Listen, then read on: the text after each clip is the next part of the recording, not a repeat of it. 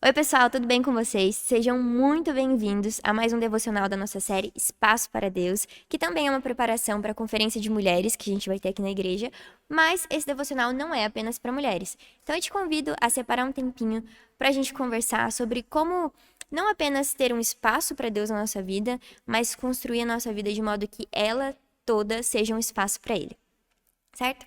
A gente também tem feito uns devocionais por escrito. Então, se você quer entender melhor um pouquinho do que a gente está falando, para que tudo faça mais sentido, eu te convido a acessar o link que está aqui na descrição do vídeo, que vai te levar para uma pasta no Drive, onde estão sendo postados todos os devocionais também, certo? Essa semana, a gente vai falar sobre buscar, em primeiro lugar, o reino de Deus. Na verdade, a gente já começou a falar sobre isso. E no nosso texto, a gente falou mais sobre a vida de Jesus, né? A vida de obediência e de amor que ele tinha. E agora a gente vai falar um pouquinho sobre a nossa vida. No final do devocional, eu deixei uma pergunta, uma provocação para a gente conversar um pouquinho, que era: a quem você tem amado mais e a qual vida esse amor tem te levado, né? E a gente pode até fazer um link com a reflexão que a gente vai ter hoje, porque esse alvo do seu amor, necessariamente, ele vai te levar a uma vida de busca, de dedicação a esse amor que você tem, certo? Então, já que a questão é a quem a gente tem amado mais, a gente já segue para a próxima pergunta, que é, então, a partir desse amor, a quem você tem obedecido, né? Ao Senhor ou aos seus desejos. E o objetivo da nossa vida precisa ser perseguir esse padrão, né? Esse modelo que Jesus estabeleceu. E, infelizmente, a gente tem o costume de olhar por um lado negativo, de enfatizar essa distância que existe entre Jesus e nós, no sentido de, a gente confessa que Jesus é o Filho de Deus, que ele se fez carne, que ele viveu nessa terra, que ele viveu de forma reta, mas que essa retidão é inalcançável para nós, porque nós somos pecadores.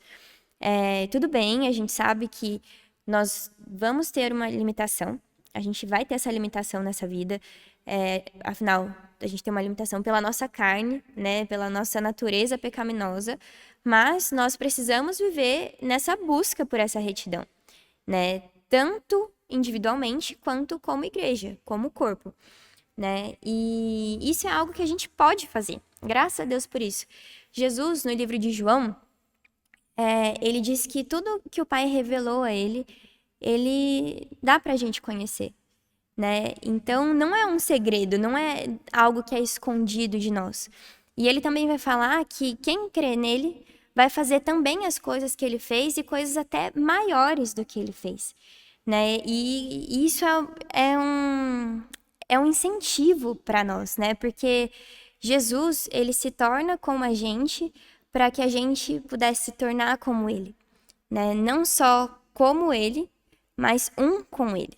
E eu não tô aqui querendo espiritualizar as coisas, eu digo entre aspas, justamente porque a gente tá querendo construir esse entendimento de que não existe separação entre a minha vida espiritual e a minha vida comum, a minha vida ordinária, né? E não tô muito menos querendo dizer que, eu sou perfeita, essa vida de busca pelo padrão de Jesus, para mim é muito fácil, eu vivo maravilhosamente bem, não é nada disso. Muito pelo contrário, eu tô muito longe de ser quem eu deveria ser, tenho muita coisa para melhorar.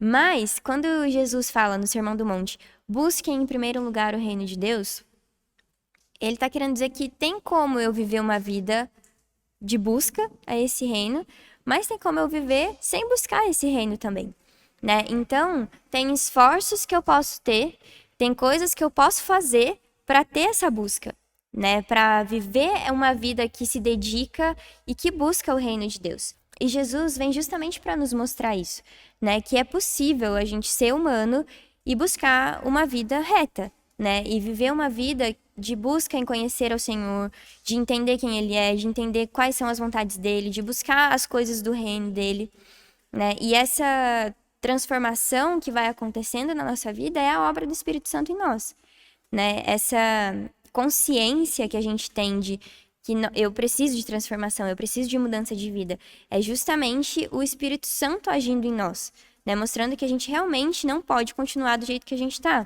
Afinal, a gente só ama porque ele nos amou primeiro. Mas e na prática, né? Como que tudo isso funciona? Uma coisa fundamental que a gente precisa entender, e eu até já falei isso antes, é que quando Deus nos chama, quando nós somos convertidos, né? Quando a gente entra nessa vida espiritual, nós não somos tirados do mundo. Muito pelo contrário, nós somos enviados para o mundo para continuar a obra que Jesus começou, né? Na oração sacerdotal, Jesus vai até dizer que nós não somos desse mundo, assim como ele não é. E ele também diz que, assim como Deus enviou ele ao mundo, ele também nos envia para o mundo. E é justamente por não pertencer a esse mundo que a gente pode viver como ele viveu, né? Então, sabe aquela famosa frase, né? Estar no mundo sem ser no mundo? Então, ela resume exatamente esse novo modelo de vida, né? Que a gente tem que ter. E o autor do livro, do Espaço para Deus, que a gente está lendo, ele até fala que esse novo modelo de vida, né, é uma vida na qual somos totalmente transformados pelo Espírito. Contudo, trata-se de uma vida na qual todas as coisas parecem permanecer as mesmas. E realmente elas só parecem permanecer as mesmas, né? Porque o Caleb até sempre fala sobre isso, que todo encontro com Deus precisa necessariamente impactar a nossa vida e gerar uma mudança, e gerar uma transformação, né? E aí fica algo pra gente que é cristão analisar. Será que eu consigo ver diferença entre quem eu era antes de Cristo e quem eu sou agora? Né? O quanto a minha vida mudou e o quanto ela tem mudado. E além disso, né, o mais importante pra gente perguntar é: as pessoas que convivem comigo conseguem ver essa mudança? E essa é uma notícia maravilhosa do Evangelho, né? De que agora a gente pode firmar a nossa vida na única coisa necessária. Na verdade, na única pessoa necessária, né? Que é Jesus. A gente pode mudar o nosso olhar para, ao invés de enxergar uma vida de dificuldades, de luta, de preocupações, de coisas que são negativas, a gente passar a enxergar essas situações como oportunidades para a gente aprender a confiar em Deus, para ver a presença dele se manifestando, para ver o poder dele agindo na nossa vida, né? Porque quando tem toda essa mudança, essa transformação de entendimento, transformação do meu coração, quando eu passo a me apoiar, a construir a minha vida em Jesus mesmo, que é o caminho, a verdade e a vida, todas essas situações, tudo aquilo que ocupa o meu coração, né? E aquilo que ocupava e pré-ocupava o meu coração passa a ser uma ferramenta nas mãos de Deus, né? Para nos fortalecer, para nos aprofundar nessa vida que a gente está descobrindo, que a gente está construindo, e justamente para que Ele forje em nós o caráter de Cristo. A gente tem falado muito sobre preocupação, sobre dificuldades, coisas que ocupam o nosso tempo, né, o nosso pensamento, o nosso coração, mas a verdade é que a maioria de nós não vive uma vida que é submersa em preocupação, né? Mas também não vive uma vida exclusiva e intensa de busca, né, ao Senhor e ao reino dele. E o modo como a gente vive é tendo ideia, né? Tendo, assim, lampejos da presença de Deus em meio às dificuldades, mas a gente vive preocupações também, mesmo em meio a uma busca sincera, né, a Deus.